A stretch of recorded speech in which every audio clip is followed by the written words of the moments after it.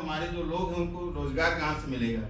हर हाथ को काम मिलना चाहिए, हर व्यक्ति को दोनों टाइम भोजन मिलना चाहिए। हर कोई पर्यावरण को लेकर के इतने चिंतित थे कि 1920 के राष्ट्रीय अधिवेशन में कांग्रेस के उन्होंने 1920-22 में जो आज माननीय नरेंद्र मोदी जी ने किया, अमृत सरोवर और वर्षा की बूंदों को इकट्ठा करने के लिए अभियान चला, कैच द रेन अभियान चला।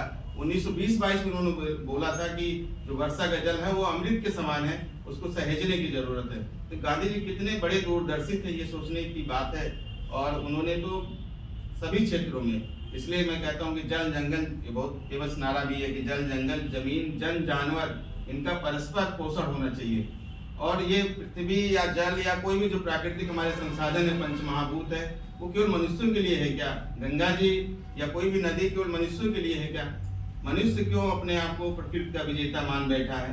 मनुष्य तो प्रकृति का एक हिस्सा है।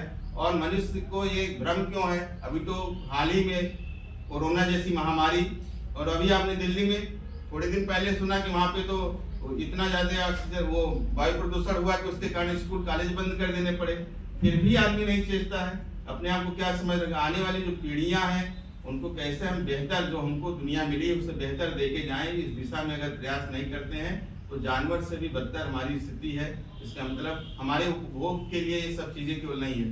जो उनका जो मंत्र था गांधी जी का कि प्रकृति सबका पालन पोषण कर सकती है लेकिन किसी की लालच का नहीं, और लालच की कोई सीमा नहीं है मनुष्यों की।